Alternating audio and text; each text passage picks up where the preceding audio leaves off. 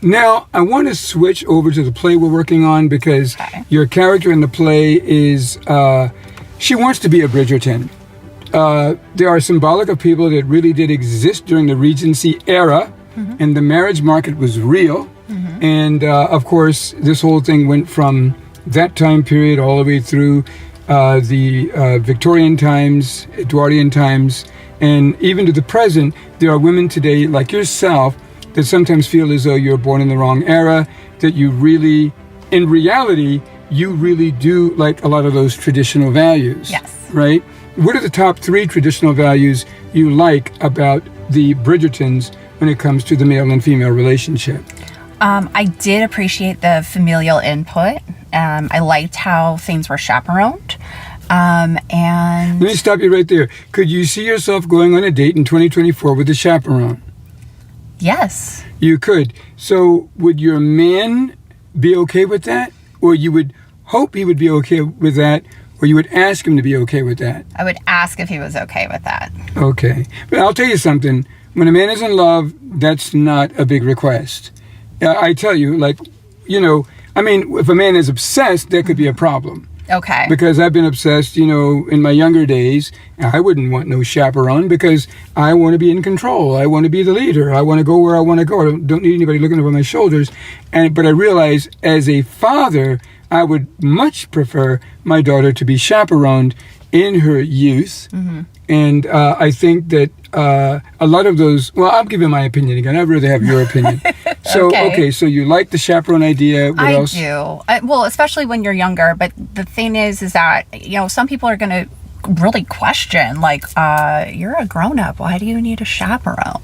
Well, they might ask you if you're a Mormon or a Jehovah's Witness because that's common among their religion. Oh, it is? Yeah, oh, yeah. Like, Jehovah's Witness is my understanding. If a guy likes a girl, he just doesn't invite her out on dates and they go out partying together. He makes it known. And so then he would go to maybe a gathering where the girl is around her family and around her friends. And then everybody would pretty much know him. They may have even known him for years. So he's a person that they know. He's a person that comes over and visits and hangs out and dines with the family, knows everybody's name. They all know their family and they all have the same religious beliefs. And so now the guy is like, you know, I want to make it known that I do want to marry this girl. He would, you know, obviously talk to the parents. Parents would say, you know, we're good. The parents of the bride would say we're all good. But then the elders step in and they have a say in it. And so that's what makes it even more interesting because my understanding, now I could be corrected on this, but my understanding is elders could say to a young woman, we need to talk to you privately before you consider this man as your husband, because I want to talk to you about his field service record. You know, he's not commenting at the meetings. He's not regular. He doesn't really go out into the field service that well. So we're looking at the scriptures in the Bible that will determine what a man is when it comes to the ministerial qualifications. And so he doesn't seem to measure those ministerial qualifications. So we want you to reconsider, have a talk with him and say you can marry him once he gets his spiritual act together. Now, I'm not too sure about the Mormons or Scientologists. I know the Amish are kind of that way. So there are cultures that do uphold and respect chaperone dating. Well, what's also great about those cultures, though, is that there's so much input and vetting of this other human being before the two parties enter into a relationship. What do you mean? Well, you just mentioned how in those like the families already know each other. Okay. So, and then the church obviously knows those people as well. So because there's so much, you know, knowledge of these people before they enter into a relationship. Yeah, I think what's cool about that is they have third-party endorsement. Yes. So it's not just a guy meets a girl and a girl meets a guy and they both can, you know, certify each other without any references, without any third-party endorsement, without any verification of anybody's identity or anybody's backstory. And they're just coming together because the other person looks hot or they look mutually hot to each other and they just want to continue to see where they can go with that. And then I would say to the girl, well, then why don't you bring him around your friends? I asked him, he doesn't want to. He doesn't want to be around my friends. I knew this one girl, she attractive girl, and she met a guy, and she kept telling me how wonderful he was, the car he drove, and the money he had, and all those things.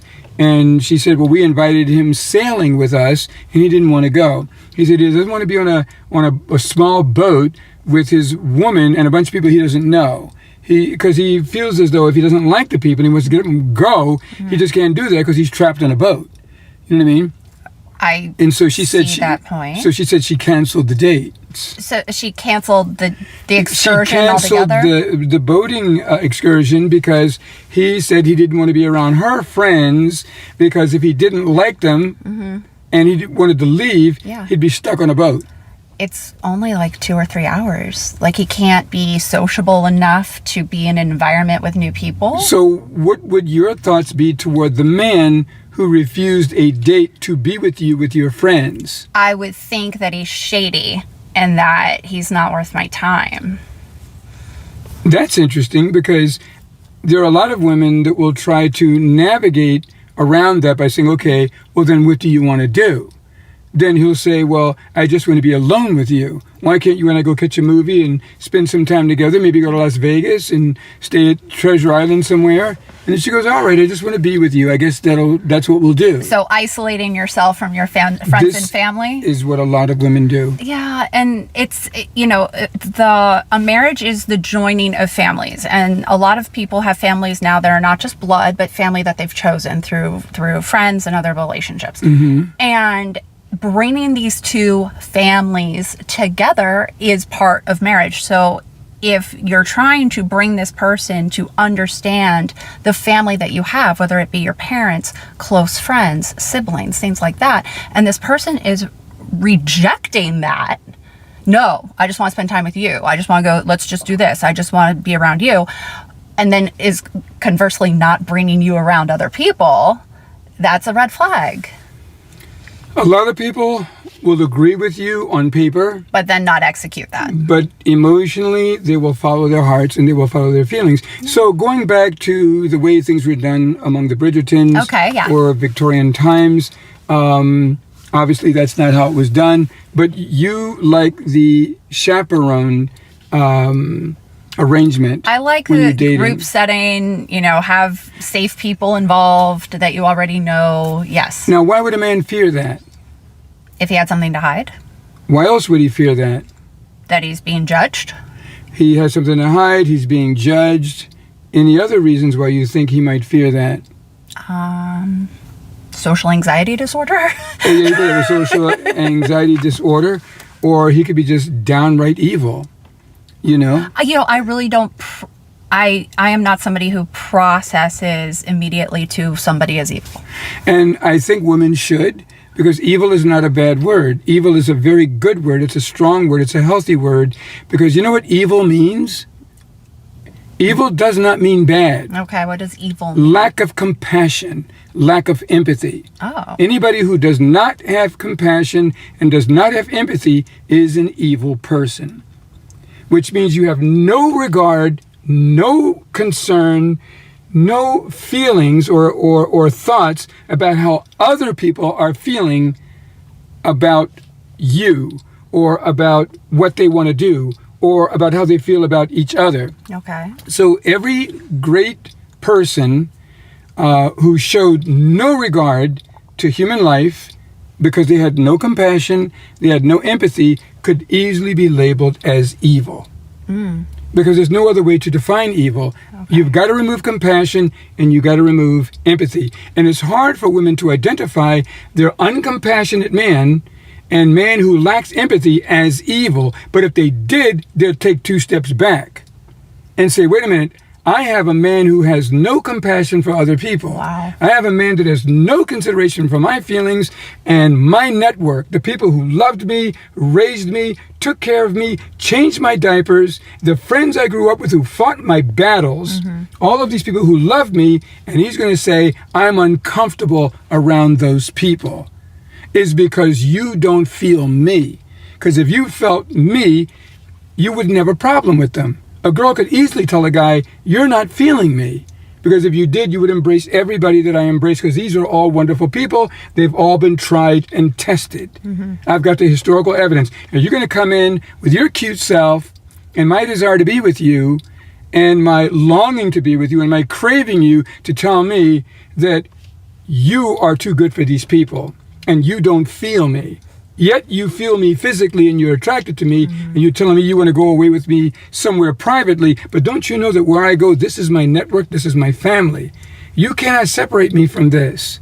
But see, today in America, that's common because people have more of an individualistic approach to relationships. Yeah. And you can pick people out of families. And that's why there's so many problems when it comes to weddings where father won't show up or the mother won't show up or parents won't show up or this brother and sister won't show up because it's too individual. Oh, good God. See what I'm saying? Yeah. And so what do you like most about the marriage mart in the Bridgertons? Well, I like that everybody's vetted. I like that, they're coming with their family. Like, that's really neat. The fact that, the mother is escorting the daughter and you have family members escorting their sons to this event. And, usually, if you notice, a lot of the parents are facilitating introductions. So you're coming across an environment where the parent thinks that this person may be a good match or has qualities that their son should be looking at. How would you feel if you were at a party and a woman came over to you and says, I'd like you to meet my son? I would be flattered, to be honest. My son would like to meet you and I would like you to meet him. I would be flattered. And you know what? So would I. If I was at a party and a mother or father came over to me and said, my daughter would like to meet you and I would like to introduce you, I'd be going, man, what, did I hit the jackpot? What is this? I would be very flattered. I would be so crazy about the person. I think I'd look past any look that they may have. I go, I'm so crazy about the idea. Let's get married right away. Well, and that's what's so great about this is that you're also experiencing somebody's charisma. And we've talked about the apps before and how you're sizing people up based on a mugshot and the details that they provide, and it eliminates the ability for charisma. It eliminates the ability for somebody to just wow you over with a smile and a joke and break the ice that way. Exactly, and it goes back to our original point. There is no positive, absolute vibration that involves your body, your mind, your soul, your feelings when you're dealing with online apps. That's a good point, because we didn't talk about the vibration before being the key word. The vibration's not there. Anyway, it's a pleasure chatting with you. Thanks for your time. I appreciate it.